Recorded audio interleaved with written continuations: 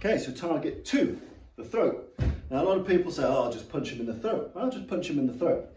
The problem with punching to the throat, especially to people that punch in normal orthodox Western boxing fashion, is Bob here, you would say, has a generous neck. And I, even though I'm a big man, I don't have a particularly large hand. You know, I have a glove size, medium, so I've got a normal size fist against a longer than average neck.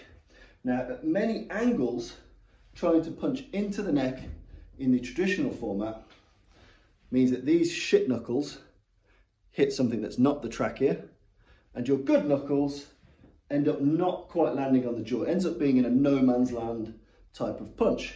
Now you can hook from the side, but again, if you're doing it in a normal Western boxing horizontal manner, it's very hard to cleanly punch into the trachea.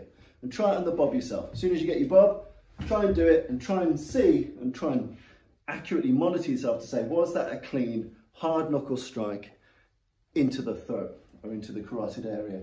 And you know, at least 80% of the time, it doesn't end up clean. Now, if it just hits and it works, brilliant. But you know, you want to get into a position where you're not relying on things that work some of the time. You want something that works all of the time. Now, traditional bare knuckle boxing is all about the vertical fist and the supinated fist, okay? So as opposed to a horizontal, you've got a vertical, we've got a supinated fist, and that can go from fully supinated to about an angle like yay. Now, in pretty much every single bare knuckle boxing illustration, manual, treatise, vertical fists, supinated fists are the way forward for many reasons, and I've got other videos which explain why people did that in the bare knuckle era. But in any case, one of the most interesting features is how that opens up the target in a slightly different way. Going with a supinated fist, almost like a long uppercut, finding your big knuckles into the throat is much, much easier. So if you are going to punch to the throat, suddenly the first contact, the first piece of skin on skin is hard knuckle, soft throat. Whilst you will get some contact with these secondary knuckles, a lot of the shock value has already got in. So from the front, driving this supinated, it's much easier anatomically because these big knuckles sneak their way into that trachea first. Okay, then the secondaries come in, but by that time, a lot of the power is spent. Whereas if you do it the other way, here, often you'll clip your big knuckles on just the underside of the chin, and it takes a lot of the power out of the shot. So from a bare knuckle perspective, supinated to the throat, it can still be a straight shot, it needn't be a true uppercut. A true uppercut often struggles to hit to the throat, whereas a supinated straight can sneak in there. So that's a very useful shot unto itself. And then obviously from the side, we turn the side on, this little gap here, behind the ear, wham! The supinated fist fits perfectly. So whether it's just behind the ear, just under the jaw, as opposed to a horizontal fist or a true vertical, supinated fits beautifully along that line. So a lot of the Wing Chun guys do it, but they do it badly because they're not putting enough power into it. Throw it with a Western boxing mechanic, a bare knuckle boxing mechanic, with a supinated fist, as they would have done at the time, a lot more damaging to that throat. Here. You don't even need to be, you don't need much range. You can throw this supinated like a hook. So again, supination to some degree with that fist. Punching to the throat makes it a lot more conducive. It means the knuckles hit the trachea, hit the carotids, hit the nasty bits first. The big knuckles hit the weakest bits first. So there's a much better power and force transfer. It's safer for your hand and it sneaks into gaps that other manifestations of the fist do not. So whilst punching to the throat, brilliant idea. Try to consider notions of supinated punching from the front and supinated punching from the side. It fits into gaps, it's very, very safe, and it punches the vulnerable thing first with the safest bit. Now, when hitting to the throat, we'd be remiss not to talk about edge of hand blows. I've talked about these in other Fairbone videos before, but in essence, they come in two forms. They come in the backhand variety, and I like the hip kiss method.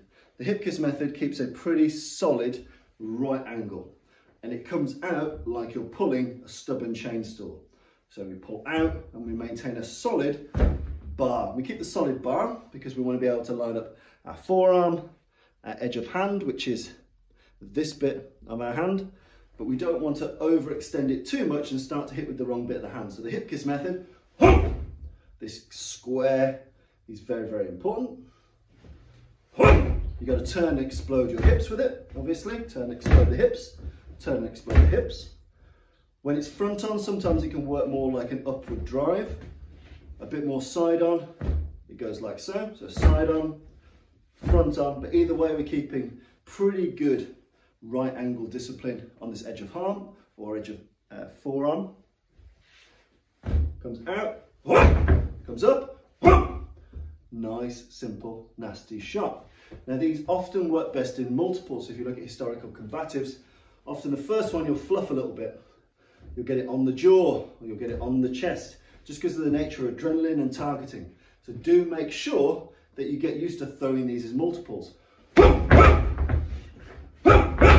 You stay on the opponent. So get used to at least throwing 2 of these, or if you don't throw 2, at least get ready with something else pretty much immediately thereafter.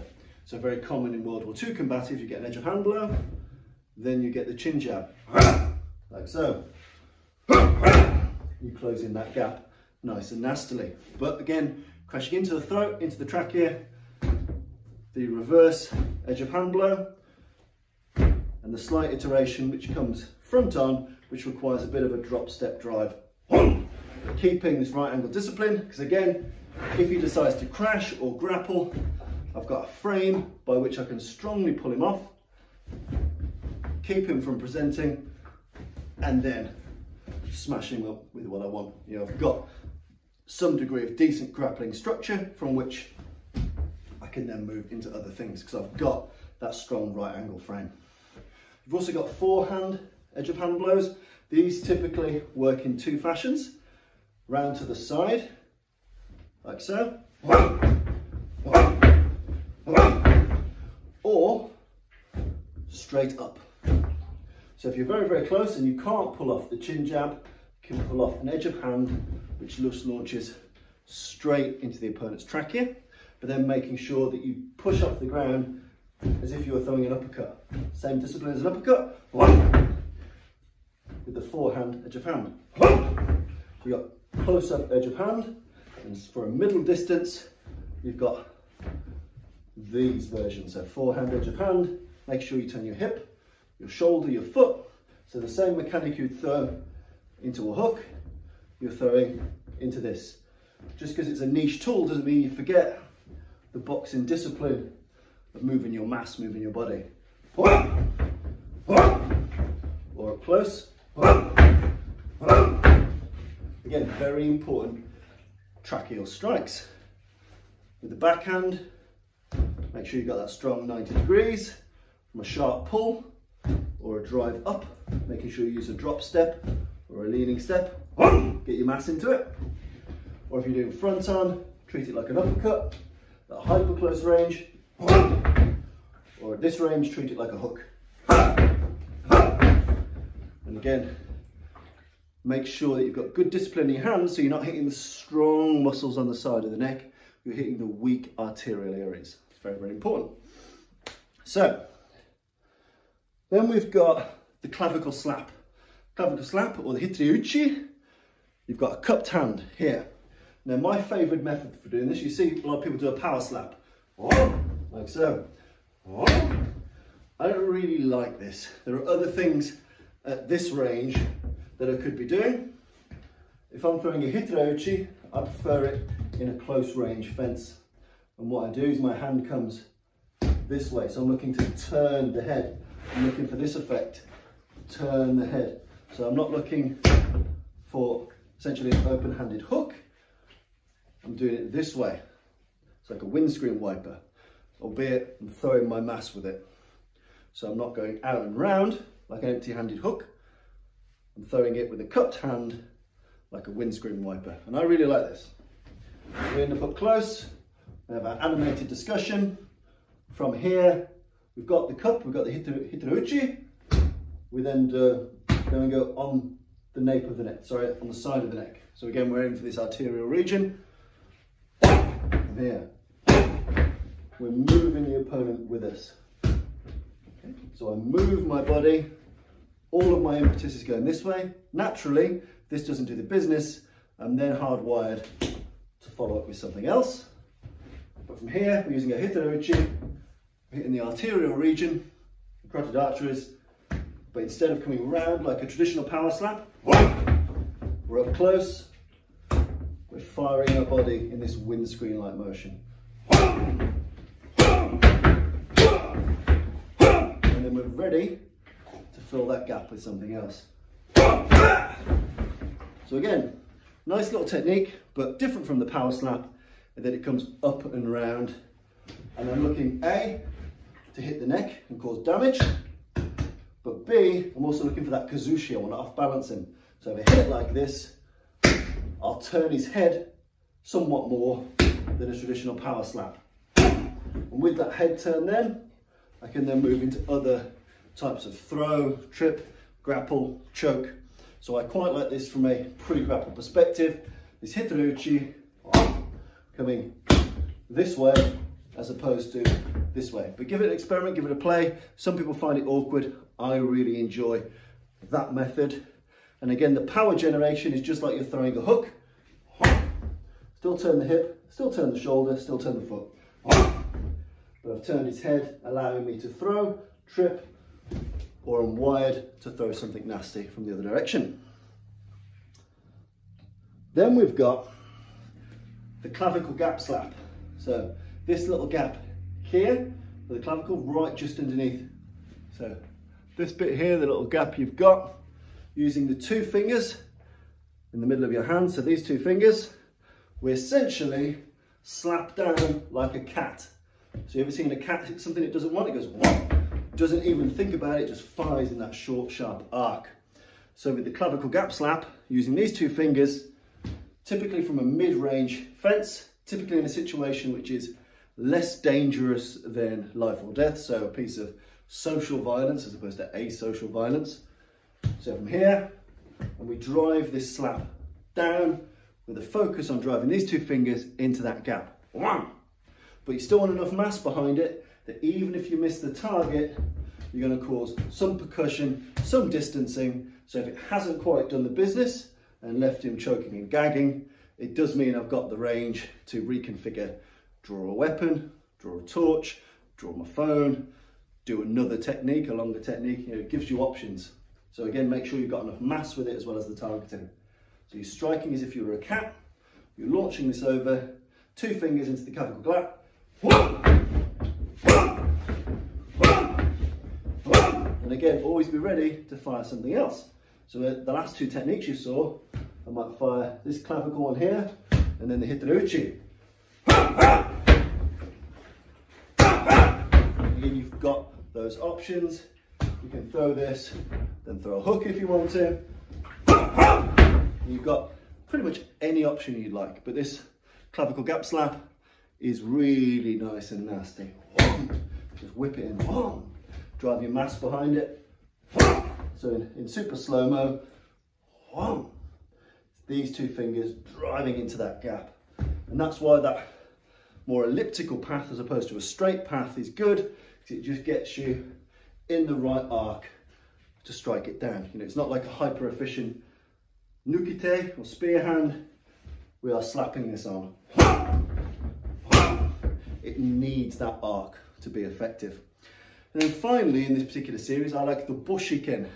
The Bushiken is a piece of temijutsu, and it's using the tip, not the pad, the tip of the thumb. Now treat this, for all intensive purposes, again, I'm going to use Dickhead Boy's knife here, okay? Treating this as if it were a stab, okay? So a stab to the throat, none of us would worry about being able to target a stab to the throat. Most of us feel that that could be quite comfortable or easy to attain. The Bushiken follows the same principle, but the knife is imaginary. So I'm using the tip of the thumb, not the pad, the tip, the hard tip.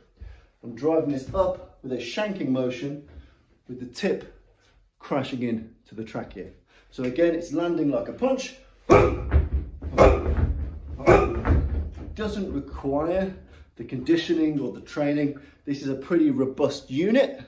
It's going to take some shots. You know, I can hit a heavy aqua bag with this, a big kind of heavyweight piece of boxing equipment, no bother. Driving this Bushiken in. And you treat it as if you were driving a pencil into a man's throat, but in lieu of the pencil, the tip of the thumb is crashing in. Like all strikes to vulnerable areas, I always recommend that you do it twice. I always assume that the first one's a fuck up. So whether it's a edge of hand blow, whether it's the hitaruchi, if you can throw it twice, throw it twice. So with the Bushiken, get used to 2 short, sharp thumb strikes into the trachea. So from here, you know, treat it with the same degree of penetration as if there were a knife already in there. It may feel a bit weird, a bit jiu-jitsu-y, but of all the different Atemiwaza tools that you've got available, I find that the Bushiken is one of the more robust, one of the more natural, and the reason why it's one of the more natural is it follows the exact same path as a stab, the exact same hand structure as a stab. Therefore, we throw it with the same meanness and aggression as a stab. So I like the Bushiken here. It works best coming from underneath his field of vision, so you don't want to fire it from super long range like a normal punch. We're coming really in uppercut kind of range here. And again, make sure, as well as the punch, the mass of your body is behind it, going for 2 wherever possible. So some of the strikes to the throat, which we favour in the Bartitsu Lab, the edge of hand blows, the hitaruchi, the Clavicle Gap Slap, we've got the Bushiken. Hopefully you've seen how some of those work and have a bit of a play with them. But again, my advice is always throw it twice if you can.